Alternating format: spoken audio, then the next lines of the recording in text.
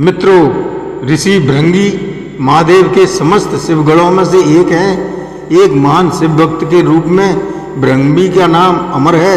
कहते हैं जहाँ शिव होंगे वहाँ गणेश, नंदी, श्रृंगी, भृंगी, वीरभद्र का वास अवश्य होगा। शिव सेवा के साथ उनके ये गण अवश्य चलते हैं। ऋषि भृंगी एक महान तपस्वी और परम शिव भक्त थे।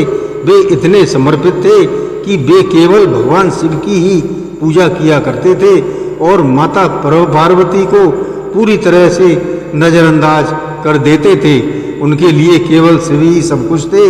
भृंगी की खास बात यह थी कि उनके 3 पैर थे। शिव विवाह के लिए चली बारात में उनका जिक्र मिलता है।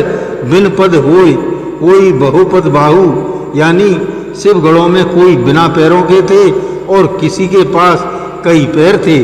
ऋषि भृंगी के 3 पैर कैसे हुए? कैसे वे सिर्फ महादेव को ही मानते थे? माता पार्वती से घृणा का क्या कारण था? इसके पीछे क्या कथा है? उस रहस्य को समझने के लिए इस कथा को अंत तक जरूर सुनें तथा सब्सक्राइब, कमेंट करके बेल आइकन दबाना न भूलें। बस शेयर अवश्य करें। धन्यवाद। नमस्कार, मैं रणवीर सिंह लोटस एंटरटेनमेंट में आपका हार्दिक स्वागत करता हूं। मित्रों, एक पौराणिक गाथा में हमें बताया गया है कि भगवान शिव और माता पार्वती के बीच का प्रेम कितना गहरा है। ये दोनों एक ही हैं। दरअसल भृंगी की एक अनुचित जिद की वजह से सदाशिव और जगदम्बा को अर्धनारीश्वर रूप धारण करना पड़ा। भृंगी महान शिव भक्त थे। सदाशिव के चरणों में उनकी अत्यधिक प्रीति थी। उन्होंने स्वप्न में भी शिव के अतिरिक्त किसी को ध्यान नहीं किया था। यहाँ तक कि वे जगत जननी माँ पार्वती को भी सदा शिव से अलग मानते थे। शिव चरणों केवल भाव में हमेशा रहते थे। उनकी बुद्धि यह स्वीकार नहीं करती थी कि शिव और पार्वती में कोई भेद नहीं है। एक बार शिव जी के परम भक्त ऋषि भृंगी कैलाश पर अपने आराध्य की परिक्रमा करने पहुँचे। सदैव की तरह महादेव की बाईं जंघा पर आदिशक्ति जगदम्बा विराजमान थी। महादेव समाधि में थे और जगदम्बा चैतन्य थी।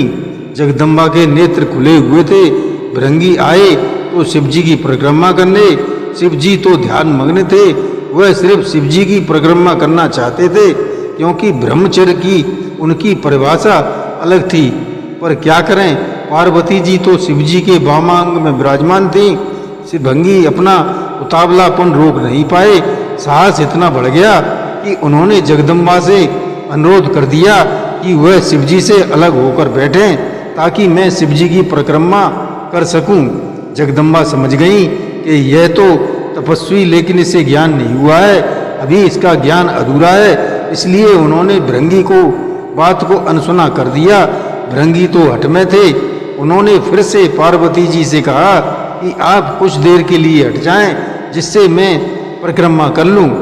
माँ पार्वती ने इस पर आपत्ति जताई और कहा कि अनुचित बात मत करो। जगदम्बा महादेव की शक्ति हैं, भला वह शिवजी से अलग होने को कैसे तैयार होती।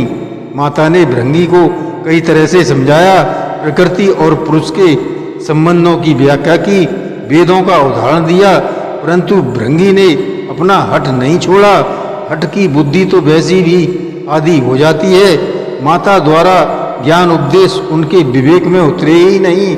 उनकी बुद्धि सृष्टि के इस रहस्य को समझने के लिए तैयार ही नहीं हुई। उन्होंने सिर्फ शिव की परिक्रमा की ठान रखी थी। माता ने सोचा इस अज्ञानी को कुछ भी समझाने का लाभ नहीं है, इसे अनदेखा ही कर देना चाहिए। माता शिवजी से अलग न हुई। भृंगी ने भी हठ पाल रखी थी। अपने मन की बात करने के लिए एक योजना बना ली। भृंगी ने उस समय एक सर्प का रूप धारण किया और शिवजी की परिक्रमा करने लगे और सरकते हुए वह जगदम्बा और महादेव के बीच से निकलने का यत्न करने लगे। उनकी इस धृष्टता का परिणाम यह हुआ कि शिवजी की समाधि भंग हो गई। उन्होंने समझ लिया कि यह मूर्ख देवी जगदम्बा को मेरे वाम अंग पर देखकर विचलित है। वह दोनों में भेद कर रहा है। इसे सांकेतिक रूप से समझाने के लिए शिवजी ने तत्काल अर्धनारीश्वर रूप धारण कर लिया। जगदम्बा अब उन्हीं में विलीन हो गई थी। शिवजी दाहिने भाग से पुरुष रूप में और बाएं भाग से स्त्री के रूप में दिखने लगे। अब तो भृंगी की योजना पर पानी फिरने लगा। हठी का हट तो भगवान से भी ऊपर जाने लगता है। भृंगी ने इतने पर भी हिम्मत नहीं आ रही। उन्हें बस शिवजी की ही परिक्रमा करनी थी। अपनी जिद पूरी करने के लिए एक और मूर्खतापूर्ण प्रयास किया। अब भृंगी ने चूहे का रूप धारण कर लिया। चूहे के रूप में प्रभु के अर्धनारीश्वर रूप को उतरकर एक दूसरे से अलग करने की कोशिश में जुट गए। अब यह तो अतिथि से भक्त भृंगी की धृष्टता लगातार सहन करती आ रही जगदम्बा का धैर्य टूट गया। उन्होंने भृंगी को श्राप दिया, हे भृंगी, तू सृष्टि के आदि नियमों को भंग कर रहा है। यदि तू मातृ शक्ति का सम्मान करने में अपनी हट समझता है तो अभी इसी समय तेरे शरीर से तेरी माता का अंश अलग हो जाएगा। यह श्राप सुनकर स्वयं महादेव भी व्याकुल हो उठे। भृंगी की बुद्धि भले ही हर गई थी, पर महादेव जानते थे कि इस श्राप का मतलब कितना गंभीर है। शरीर विज्ञान की व्याख्या के मुताबिक इंसान के शरीर में हड्डियां और पेशियां पिता से मिलती हैं, जबकि रक्त और मांस माता के अंश से प्राप्त होता है। फिर क्या था, भृंगी की तो दुर्गति हो गई। उनके शरीर से तत्काल रक्त और मांस अलग हो गया। शरीर में बची रह गई सिर्फ हड्डियां और मांसपेशियां। मृत्यु तो हो ही नहीं सकती थी, क्योंकि वे अभिमुक्त कैलाश के क्षेत्र में थे और स्वयं महादेव और महामाया उनके सामने थे। उनके प्राण हरने का यमदूत वहां पहुंचने का साहस नहीं कर सकते थे। उस असहनीय पीड़ा से भृंगी बेचैन होने लगे। यह श्राप भी अभी शक्ति जगदम्बा का दिया हुआ था। उन्होंने ये श्राप भृंगी की भेद बुद्धि को सही रास्ते पर लाने के लिए दिया था, इसलिए महादेव भी बीच में नहीं पड़े।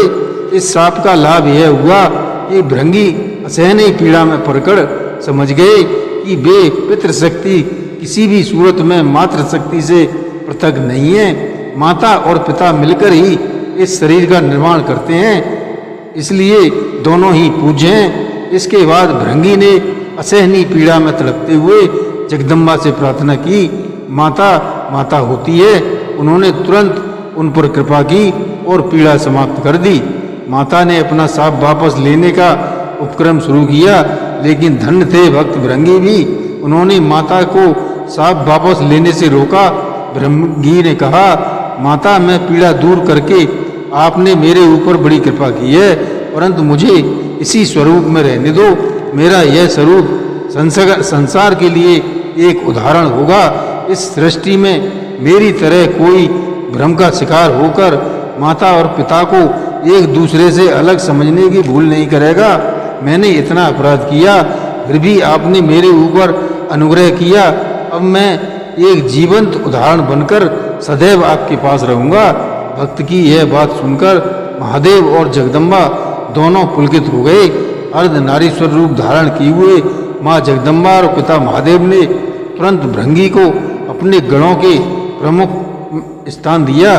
भृंगी चलने फिरने में समर्थ हो सकें, इसलिए उन्हें तीसरा पैर भी दिया। तीसरे पैर से वह अपने भार को संभालकर शिव पार्वती के साथ चलते हैं। अर्धनारीश्वर भगवान ने कहा, हे भृंगी, तुम सदा हमारे साथ रहोगे। तुम्हारी उपस्थिति इस जगत को संदेश होगी कि हर जीव में जितना अंश पुरुष का है उतना ही अंश नारी का भी है। नारी और पुरुष में भेद करने वाले की गति तुम्हारे जैसी हो जाएगी। पुरुष और स्त्री मिलकर संसार को आगे बढ़ाएं। हर जीव में दोनों का अंश बराबर है। यही सिद्ध करने के लिए मैंने अर्धनारीश्वर रूप धरा है। स्त्री पुरुष दोनों का अपना स्थान, अपना अस्तित्व है। इसे नकारने वाले को शिव और शिवा दोनों में से किसी की भी कृपा प्राप्त नहीं होती। वह जीव मृत्यु लोक में सदा शिव शिवा की कृपा के लिए तरसता है और विदा हो जाता है। भृंगी को वो पद प्राप्त हुआ जिसे हासिल करने के लिए इंद्रादि बड़े बड़े देवता भी लालायित रहते हैं। संसार को मैथुनी सृष्टि की व्यवस्था शिव जी ने ही दी है। इसके लिए उन्होंने सबसे पहले ब्रह्मा जी को अपना अर्धनारीश्वर रूप दिखाया था। उसे देखकर ही ब्रह्मा ने नारी की कल्पना की। नारी पुरुष के सहयोग से सृष्टि रचना की व्यवस्था दी, अर्थात नर नारी मिलकर सूक्ष्म ब्रह्मा की तरह सृष्टिकर्ता हो जाते हैं। हर हर महादेव।